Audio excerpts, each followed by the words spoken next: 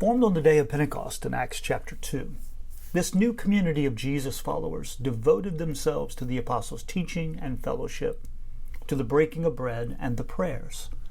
While it is possible to understand the breaking of bread and prayers as categories under the heading of fellowship, the word fellowship also encompasses more than the breaking of bread and the prayers. The word fellowship, though it includes those bonds that hold a community together, also refers to the material and physical dimensions of shared life together. They broke bread together, and they prayed together, and they also shared their possessions with each other. Luke says this early community devoted itself to fellowship, and then tells us that all who believed were together and had all things in common. The word fellowship and common are from the same Greek root. This community shared their resources with each other, particularly as each had need. It does not mean that they held their property in common, but that their fellowship was such that they let go of their property in order to meet the needs of fellow believers. In this sense, no one claimed private ownership of any possessions, but everything they owned was held in common. They sold their possessions in order to distribute to the needy in their community. Just as Jesus taught his disciples, they sold their possessions and gave it to the poor, so that no one among them had any material need.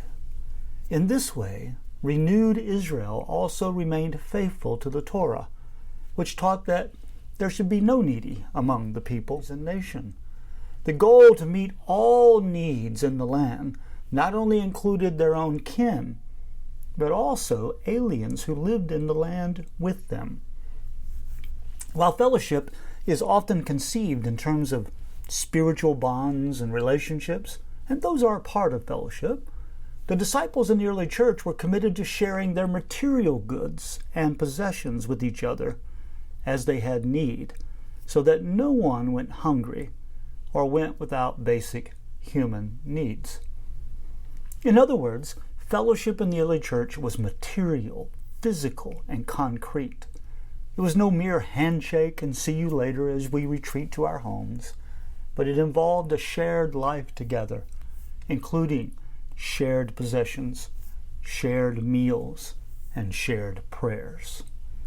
It was authentic community with deep compassion for each other's material needs.